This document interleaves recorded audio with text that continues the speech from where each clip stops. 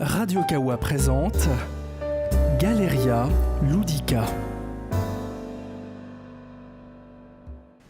Bonjour et bienvenue pour ce nouveau numéro de Galeria Ludica. Aujourd'hui, nous partons à la galerie Art Ludique pour découvrir l'exposition sur le merveilleux. 70 artistes illustrent les contes et légendes de notre enfance et Diane Launier va nous en parler. Allez, c'est parti pour un petit tour dans la féerie.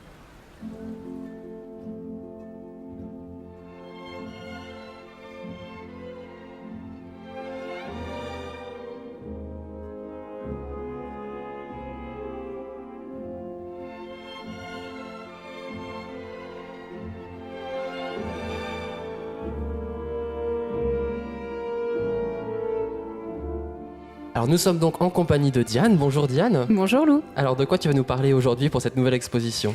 Alors je vais parler des contes et légendes. En fait, un livre qui s'appelle Merveilleux a été sorti, édité par Café Salé, dont une partie des droits sont reversés aux orphelins des pompiers. Et ça a été une très belle aventure parce que pour raconter un petit peu l'histoire, parce qu'il faut se remettre 1 an et demi en arrière. Fan déjà depuis toute petite des contes et légendes, j'avais envie de monter un collectif autour des contes et légendes, donc de tout l'univers merveilleux qui à un moment donné a fasciné notre enfance. Et quand on avait monté des collectifs, il n'y avait jamais, de recueil, un souvenir, quelque chose, une trace de l'exposition. Du coup, j'en ai parlé avec l'éditeur Café Salé, avec qui je m'entends très bien, Carlos et Karine. Et ils m'ont dit c'est une super idée de demander à plein d'artistes dans le monde entier, issus de l'univers de l'entertainment, de nous donner leur vision d'un conte ou d'une légende. Donc l'histoire est partie comme ça. On a travaillé vraiment en collaboration, tous les trois. On a demandé à près d'une centaine d'artistes qui travaillent dans l'animation, jeux vidéo, bande dessinée, de nous remettre un dessin. Et l'idée, c'était vraiment qu'ils choisissent le conte ou la légende qu'ils souhaitent, et d'être totalement libre d'interprétation. Donc, aucune restriction au niveau technique, au niveau du support. L'idée, c'était vraiment de leur dire, voilà, vous avez envie aujourd'hui de travailler sur La Belle au bois dormant. Qu'est-ce que c'est pour vous La Belle au bois dormant ? Qu'est-ce que vous avez envie d'offrir ? Qu'est-ce que vous avez envie de montrer au public ? Et après, ce qui était important, et l'éditeur était d'accord avec moi, c'était la possibilité d'aider une association. Et moi, je voulais vraiment, comme j'en ai l'habitude, aider une association pour les enfants, puisque les contes et légendes, c'est pour faire rêver, c'est pour aider aussi, d'une certaine manière, les enfants. Et on a proposé à tous les auteurs de remettre leurs droits à l'association des orphelins des pompiers, et également une partie du recueil, du bénéfice du recueil sera remis aux orphelins des pompiers. Donc c'est vraiment une belle aventure, c'est un beau projet qui s'est mis en place, et le soir du vernissage c'était assez exceptionnel parce que tous les acteurs étaient là. Il y avait près d'une 500 personnes, je crois, et c'était assez magique. Vous teniez tous dans la galerie ou pas ? 500 personnes ? Ce qui est bien, c'est qu'en fait, dans la rue, les gens restent et il ne pleuvait pas. C'était une belle soirée, du coup, j'imagine. Oui. Donc, il y a 70 artistes qui ont répondu favorablement au projet, c'est ça ? Oui, tout à fait. Donc, ce qui est bien, c'est que, comme tu disais, il y a vraiment plein de styles, plein de techniques différentes. Il y a même des sculptures. Oui. Est-ce que tu peux parler peut-être de quelques styles On a rencontré quelques personnes qui ont travaillé donc, pour ce collectif, notamment Karine M, Elian Blackmore, Stéphane Levallois. Alors, ce qui est génial, en fait, surtout, Stéphane Levallois, en fait, on retrouve son style, on retrouve son univers. Puis Stéphane Levallois, ce qui est exceptionnel chez cet artiste, c'est que quand vous lui demandez une œuvre, il vous en fait 20. Alors ça, c'est assez incroyable. C'est un artiste totalement fou que j'adore, et il est impressionnant. C'est quelqu'un, c'est un super artiste. Mais ce qui était super, par exemple, avec Elian Blackmore et Karine M, c'est que ce sont des artistes qui ont l'habitude de travailler en digital. Et là, je leur ai dit, allez, changez un peu, c'est un collectif. Qu'est-ce que vous en pensez ? On fait de la technique classique. Et ils m'ont dit, super, top, surtout pour Elian, en fait. Je te fais une œuvre traditionnelle. Et alors, quand on voit son œuvre traditionnelle, elle est incroyable, elle est juste là. Je ne sais pas si on peut la voir, en tout cas d'ici, mais si je peux la montrer, mais c'est Perséphone en acrylique. Et elle prend une dimension... Donc Perséphone, on le rappelle, c'est la déesse épouse d'Hadès, si je ne dis pas de bêtises, dans la mythologie grecque. Oui. Et en fait, elle est impressionnante, elle est moderne, elle a un visage presque à la Miyazaki. Enfin, moi, j'aime bien cet univers. Et elle est féerique. elle est magique. Donc j'aime vraiment entrer dans le monde comme ça d'Élian. Et puis c'est surtout que j'aime découvrir sa technique classique qu'il avait peur d'avoir oubliée et qu'il maîtrise parfaitement. Alors concernant le recueil, qu'est-ce qu'on retrouve justement dans ce recueil en plus des images ? En plus des images, en fait, il y a une sorte de petit résumé de chaque conte ou chaque légende qui a été rédigé vraiment très très poétiquement pour que en fait, chaque enfant ou chaque adulte en découvre en fait, quand il ne s'en souvient plus, le conte ou la légende en 10 lignes. Donc c'est ça qui est assez fort. Il y a aussi une préface de Thomas Hugues, qui est donc un journaliste, présentateur télé, qui est le parrain de l'association ODP. Et puis ensuite, il y a aussi des textes, en fait, des acteurs un peu du livre, en fait, et de ce collectif, où on a tous, à un moment donné, eu envie d'exprimer un petit peu notre vision des contes et légendes et de raconter un petit peu l'histoire de ce collectif et de ce livre. Alors c'est un très beau livre, il y a près d'une centaine de pages, je crois. Ah oui, il y a, alors je crois 120 pages, oui c'est ça, 120 pages. Et il coûte seulement 30 € en plus. Il coûte seulement 30 €, et puis c'est surtout que, voilà, il y a une partie des bénéfices de l'ouvrage qui est reversée au DP, alors voilà, qui est magique, avec une couverture réalisée par Kea Cedera, pour le rappeler, qui est entre autres character designer pour Tim Burton sur Alice au Pays des Merveilles, qui travaille avec son mari, Bobby Chou. Ils avaient aussi signé les créatures de Men in Black, du dernier Men in Black. Donc ce sont tous des artistes totalement impressionnants, issus de l'entertainment, qui s'amusent en fait et qui sont de vrais créateurs d'univers.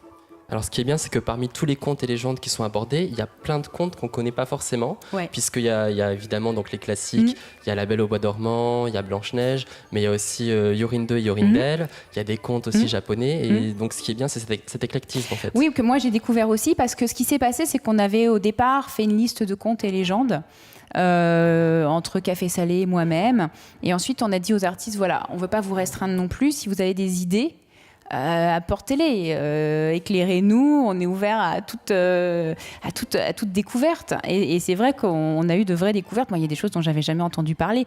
Même le golem que beaucoup de gens connaissaient, a priori, moi, je sais que j'étais totalement passée à côté. Donc, j'ai lu certaines parties, j'ai pas encore eu le temps de tout lire. En tout cas, je dirais sur tous les contes et légendes, parce qu'ils sont très longs.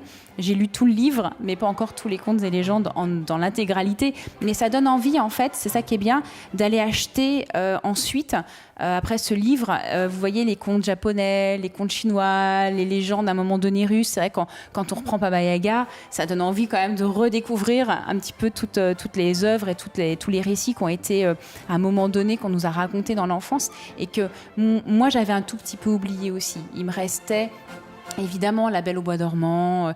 Il vous reste en fait ce qui a été repris à un moment donné par, que ce soit Walt Disney ou par les grands studios d'animation ou par le cinéma, parce que c'est des choses dont on vous parle constamment, mais il y a, c'est vrai, quelques récits totalement oubliés qu'on redécouvre et qu'on a envie de continuer à relire, donc ça c'est très intéressant. Alors justement, toi, est-ce qu'il y a un conte de fées qui te plaît particulièrement ?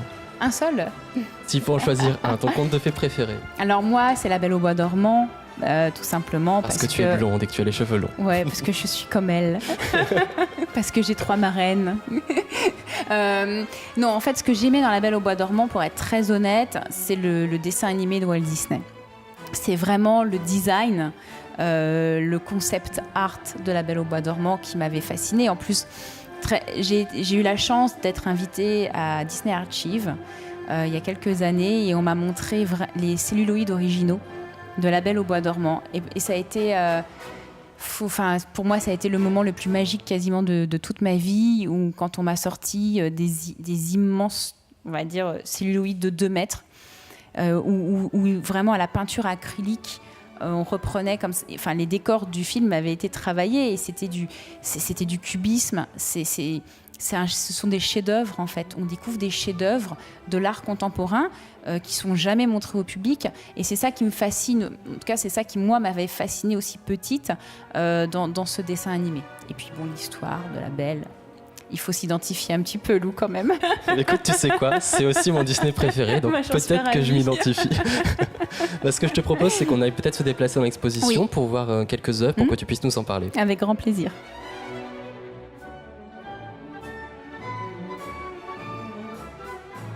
Alors, nous sommes donc là pour parler de quelques petites œuvres donc, de cette exposition. Lesquelles as-tu retenues, dont tu voudrais nous parler en particulier? Bon, alors tout d'abord, c'est une Elles sont petite toutes sélection. magnifiques. Elles sont toutes magnifiques, mais c'est vrai que voilà, je voulais parler de certaines œuvres pour aussi changer d'univers et j'ai découvert certains artistes aussi avec ce collectif. Donc j'avais aussi envie de montrer l'œuvre d'Anne Montel, qui est une jeune illustratrice. Voilà. Alors il faut vraiment poser, il faut vraiment tout regarder parce que c'est une artiste qui travaille pour moi avec une minutie particulière. On a l'impression de loin que ce sont que des feuilles, mais à l'intérieur de chaque feuille, c'est l'histoire de Jack et le haricot magique. Et vous avez des dizaines et des dizaines de détails. Ça va de l'écharpe de Jack au cartable, vous voyez, au cahier, au petit caleçon de Jack, à la théière. La petite coccinelle. La petite coccinelle. Et en fait, c'est une œuvre, et je m'en suis rendu compte, souvent les gens passent totalement à côté. Et c'est vrai que ça m'a interloquée. Et quand je leur en parle, je dis, mais vous avez vu, est-ce que vous avez bien regardé cette œuvre? Et d'un seul coup, ils posent leur nez vraiment dessus. Et ils se disent, oh, mais c'est génial, elle est incroyable. Et après, quasiment, quand ils sortent, c'est presque leur préféré. Parce qu'ils se sont rendus compte qu'effectivement, ils étaient passés à côté. Et c'est pour ça que j'avais vraiment envie aussi de faire une sorte de focus dessus, parce que je trouve que cette œuvre, elle est extraordinaire par sa minutie et sa simplicité, et en même temps, on a l'impression parfois, voilà, il faut rentrer, et ce que je veux dire, c'est il faut prendre le temps, quand on vient en galerie, de regarder les œuvres, parce que c'est vraiment plein de détails, et les artistes souvent s'amusent un peu avec le public, et c'est ça aussi qui est intéressant. Mais voilà, il faut prendre du temps et regarder chaque œuvre. Et ça, celle-là est pour moi vraiment une œuvre importante, petite mais importante. Alors, est-ce qu'il y en a une deuxième? Alors ensuite, il y a... Je ne vais pas parler en même temps. Ah, celle-là. Alors, Nicolas Delort, qui est un artiste totalement hallucinant, dément, qui maîtrise quasiment toutes les techniques, un peu comme Stéphane Levallois, dont on parlait tout à l'heure. Et ce qui est extraordinaire dans cette œuvre de l'Odyssée, c'est qu'il a décidé de travailler sur de la carte à gratter. Et c'est une œuvre en fait proche de la gravure, de l'ancienne gravure. Et pour moi, elle est particulièrement éblouissante, de par sa technique, mais aussi de par la finesse du trait. C'est vraiment une œuvre qui prend beaucoup de temps et qui est d'un classicisme pur et en même temps d'un modernisme très simple. Et c'est vraiment Nicolas Delort, c'est vraiment un artiste à découvrir. Si les gens ont le temps de regarder sur Internet, il a un blog qui est impressionnant, où il poste en fait beaucoup de sketchs, beaucoup d'illustrations. C'est aussi un artiste, on le sent passionné d'histoire de l'art. Et entre autres, il a posté on va dire certaines recherches qu'il a reprises de Hokusai, qui est un grand artiste japonais, et qui sont magnifiques. Donc c'est un artiste à découvrir également, et que moi j'ai découvert un peu plus sur le tard, et qui m'a totalement fascinée. Et donc cette œuvre, elle illustre l'Odyssée, c'est ça? L'Odyssée, oui, tout à fait. On voit Pénélope, si c'est bien, ouais, c'est bien son Pénélope nom, qui attend Ulysse, donc le retour. Voilà. C'est vraiment une très très belle œuvre. Oui, puis la lumière est prodigieuse, quoi. C'est pareil, hein. C'est un peu comme l'œuvre qu'on a vue tout à l'heure, hein. C'est une œuvre qu'il faut regarder aussi en profondeur, qui est simple, mais en fait qui est extrêmement forte. Et la lumière fait toute l'œuvre, vraiment fait toute l'œuvre. Alors, il y a une troisième œuvre dont tu voulais nous parler. C'est de quelqu'un qu'on connaît, je crois, qu'on a déjà interviewé. Alors, c'est Karine M. Karine M. Alors, elle est juste derrière nous. C'est celle-ci, Hansel et Gretel. Alors, celle-ci, elle est incroyable. Hansel et Gretel, version, moi j'appelle ça version pub bobo. Il y a un petit côté hipster, tu sais, avec les lunettes, exactement. les barbes et J'adore. C'est pour moi, je sais pas, je serais créatrice de mode pour enfants. Je travaillerais avec Karine M. C'est une œuvre totalement moderne. Elle a pris soin en plus de travailler chaque détail de textile. Elle a pris soin de travailler aussi évidemment le papier peint. On peut découvrir un petit pont, une petite maison, le cerf. Et puis, j'aime beaucoup en fait la finesse de son trait. C'est ce qu'on avait découvert d'ailleurs dans ses œuvres sur les épouvantables fantômes. Mais là, réellement, elle a réussi à intégrer dans l'œuvre d'Hansel et Gretel tout l'univers en fait du conte. Donc on retrouve sur le gilet de Hansel les bonbons, le pain d'épices, les sucres d'orge. Sur Gretel, en fait, vous avez évidemment toutes les références aux animaux, hérissons, et c'est ça qui est intéressant. En fait, c'est pareil. C'est ce que j'aime. En fait, c'est le modernisme qu'elle a. C'est une œuvre en fait travaillée d'une manière technique classique, et c'est un regard moderne. Comme tu as dit, hipster, moi j'ai appelé ça un peu pub bobo moderne, et c'est ça qui m'a beaucoup plu dans son œuvre en fait. Elle est très forte et très belle. Alors dis-moi, je crois qu'il y a aussi quelque chose qui se passe le 16 novembre, tant qu'on y est. Fais ta petite publicité. Écoutez, alors le 16 novembre en fait, on ouvre Art Ludique, le musée. C'est un musée d'art contemporain dédié à l'entertainment. La première exposition va être 25 ans d'animation de Pixar. Et on va présenter plus de 500 œuvres originales, de la sculpture, un zootrope qui est en fait le reflet de l'univers 3D. Pareil, on a un petit site internet, si les gens peuvent le regarder, où on a un petit peu mis en avant tout l'univers du musée. C'est Art Ludique, mais Art Ludique ART-LUDIQE.com. C'est tout le mouvement de l'art ludique. Pour nous, c'était important en fait d'insérer vraiment dans l'art contemporain ce concept artistique très fort. Et c'est le premier musée au monde dédié à l'art de l'entertainment. Donc on est vraiment ravis à Paris d'ouvrir le premier musée au monde dédié à tous ces créateurs d'univers issus de l'art contemporain. Pour nous, c'était vraiment quelque chose de très important. Donc c'est à partir du 16 novembre ? À partir du 16 novembre. Et c'est où ? Alors ça sera à la Cité de la Mode et du Design, quai d'Austerlitz.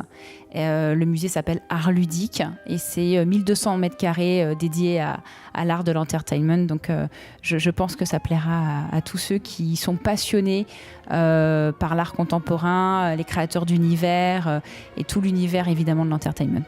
Et dis-moi, ta prochaine exposition ici à la Galerie Art Ludique, ce sera sur quoi ? Ce sera sur les... C'est pour toi, ça. Hein. c'est un hommage aux princesses Disney, mais ça vient de chez Disney. Je suis une princesse Disney, tu sais. C'est-à-dire qu'on va mettre en avant les princesses de chez Disney. Donc, beaucoup d'œuvres originales de quasiment toutes les princesses Disney. Donc, c'est une fin d'année merveilleuse chez Art Ludique, j'ai envie de dire. C'est féerique. Contente ? Ouais, on est content. Ouais, ravis. Très bien. À très bientôt, Diane. À bientôt, Lou.